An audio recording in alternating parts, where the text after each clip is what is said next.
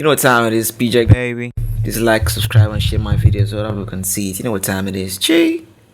So today I'm going to be talking about a very important topic in production and indoors and using producer softwares like Logic, Pro Tools, FL Studio, Cubase. We're talking about buses, and sends. What is a bus first? A bus is an output channel that collects audio signals from other audio channels. And a bus is a very important tool in mixing and mastering because a bus helps you carry effects properly and create instances of the same vocal. So when you send an audio to a bus, what you do is like you're creating another instance of that same vocal, creating another instance of that same audio signal. When you say send effects or send audio signal to a bus A or bus B, it means that the bus A has created another instance of that audio signal you sent to it. What I mean by another instance is like another shadow image of that same audio signal which you are sending to it. So you have like a parallel audio signals playing. You understand? You have like two shadow images, like a shadow image of the original one. You have two of that playing at the same time. So what happens when you send an effect or send an EQ to a bus, or send an EQ to a particular bus, what you're doing is you are EQing the shadow image or the other instance of the audio signal you're sending to the bus. Does that make sense? So you're not actually EQing the original audio signal. Is that clear? Take a minute and understand what I'm trying to talk about.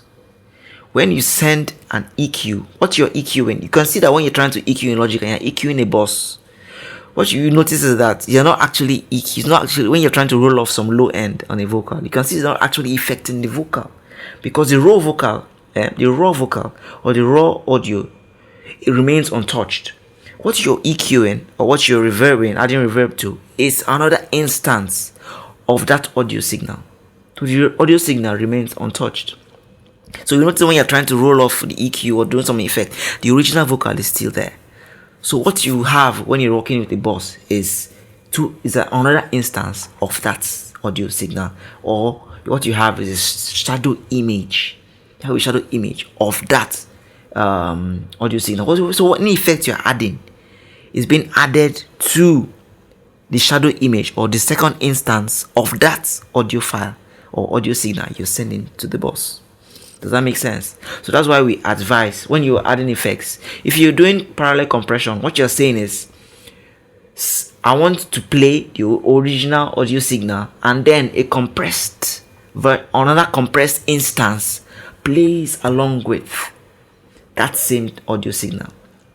Does that make sense? If you're adding reverb to a bus, through a bus, or sending effect through a bus, or sending a reverb effect through a bus to the audio signal, what happens is that you are playing a reverbed version of that audio signal alongside the original audio signal, which is untouched by the reverb.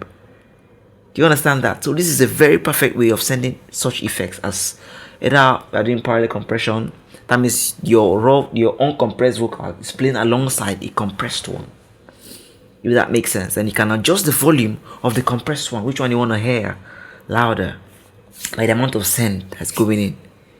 So if you're adding delay as well, the same thing. Your delay is not being added to the direct, or not being added to the original vocal. Your delay is added to the shadow image that's been created by the bus, or the other second instance created by the bus of that same audio you're sending from. So this is a perfect way of sending reverbs, delays, parallel compression, and parallel EQ in some cases. If you want a lighter version of the vocal to play alongside the the original audio signal.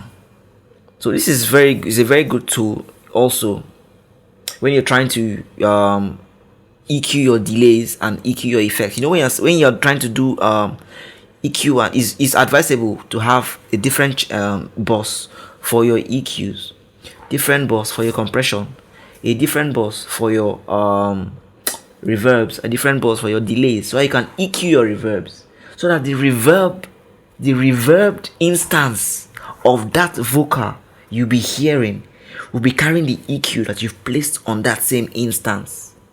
Does that make sense? For example, if you EQ the EQ should come after the reverb. I've talked about the order of effects.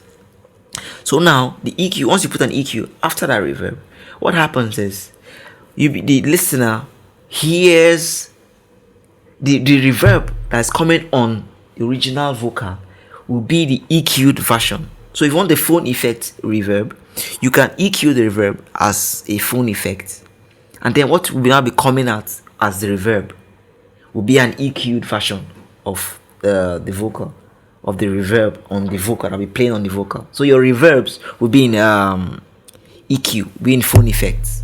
Your delays will be coming in phone effect. If you have a delay bus, I will separate delay bus you are sending to, and you EQ it, your delays will be coming in phone effect. If you EQ your delay bus as a phone effect, using the phone effect filter EQ on that bus. Does that make sense?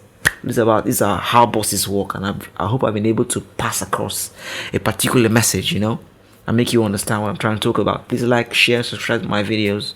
I hope I've been able to explain myself and able to talk sense and make sense to you. Thank you so much.